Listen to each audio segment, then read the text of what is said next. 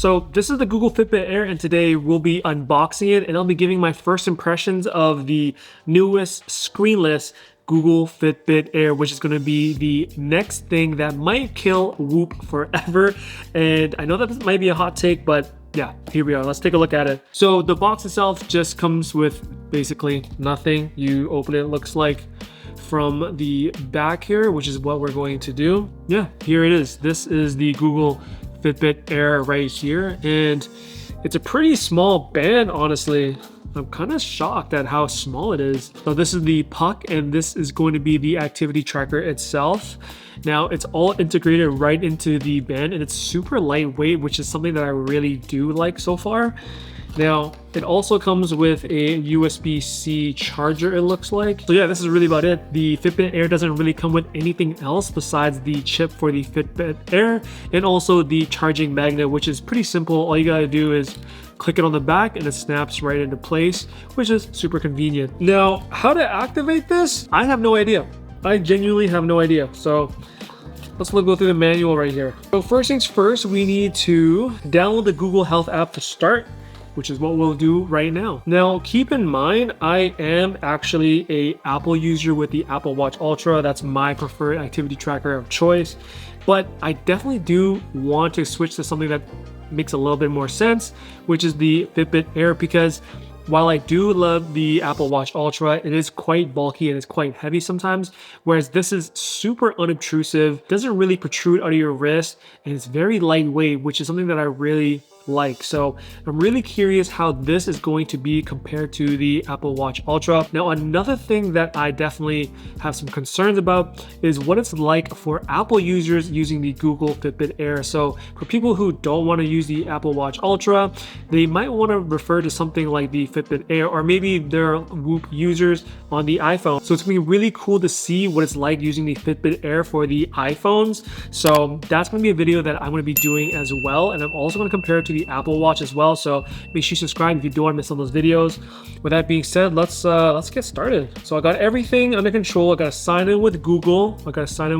You can also sign in with Fitbit if you choose to. If you have a Fitbit account, it's all going to be deleted permanently after March 2nd. So make sure you move it to the Google account, which is something that you'll be able to do when you move your Fitbit account directly to Google Health when you're signing in with the Google Health app. Okay, so finally, after creating a new account, because my previous one was a work Gmail account, which doesn't work, you will need to make a new one, which I just did.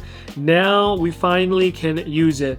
Now, going through the setup process, it's going to ask you other questions like, are you okay with them using your data, your weight, your height? So on the Fitbit Air, you can actually connect your Fitbit smartwatch tracker or a scale, and you can also see data from your health apps in Google. And looks like all I have to do is power it up. So to power it up, I have to keep my Fitbit Air charging and near the phone. Okay, let's do that then. Now, you can't use the Fitbit Air right out the box. You actually need to do an update, which is what I'm doing right now. And in order to do the update, you must keep the Fitbit Air plugged in to the charging puck. So we're updating right now, and let's see what happens.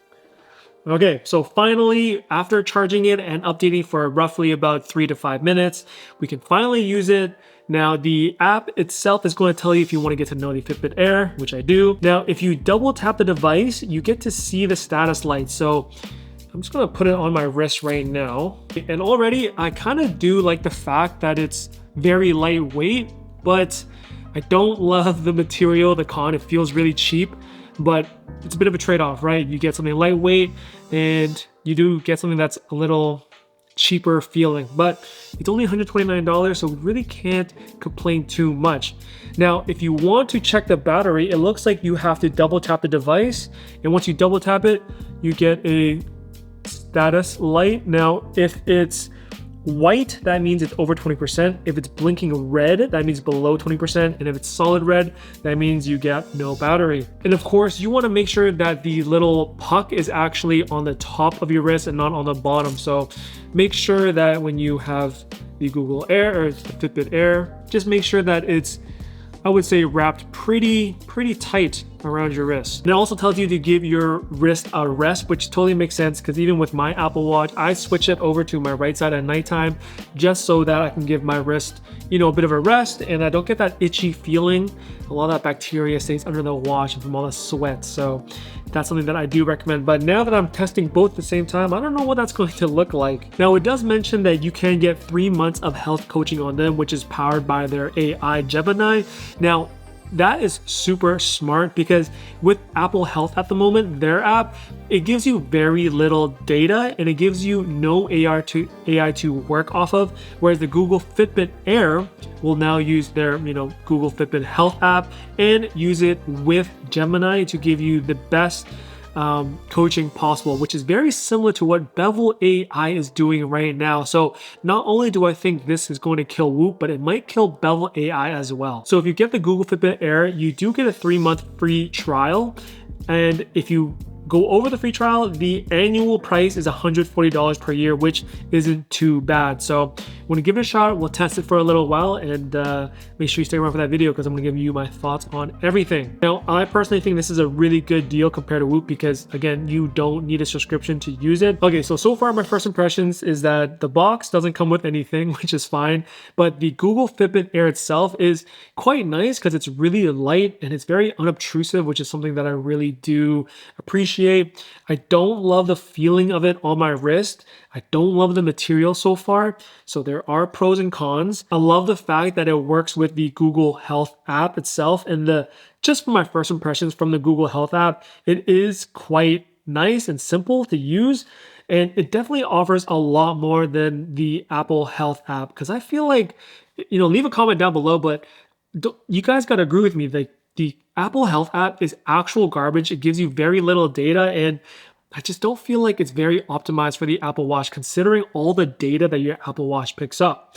So I'm really excited to give this a shot. One thing that I do want to mention is that because it doesn't have a screen, you can't see the time, you can't see a lot of data, but most people have their phone on them anyway. So you'll probably get a lot of that data like the time, the date, the temperature outside, what the weather is like, all from your phone anyways. While it is more convenient to do it from maybe my Apple Watch just to glance over, it's just as easy to pull up my phone. So maybe this is a really good time to switch to something like the Fitbit Air, where you don't need a screen anymore. However, there is one thing that I want to talk about, and it's the fact that you can't start a workout from your watch, or from the Fitbit Air. You actually have to start it from your phone instead. So that's going to be really interesting to see. I'm really curious to know how well this is going to track my activities, considering I do a lot of lifting and biking. So yeah, I want to see how this integrates into everything, and I'll give you my thoughts on everything when the time comes.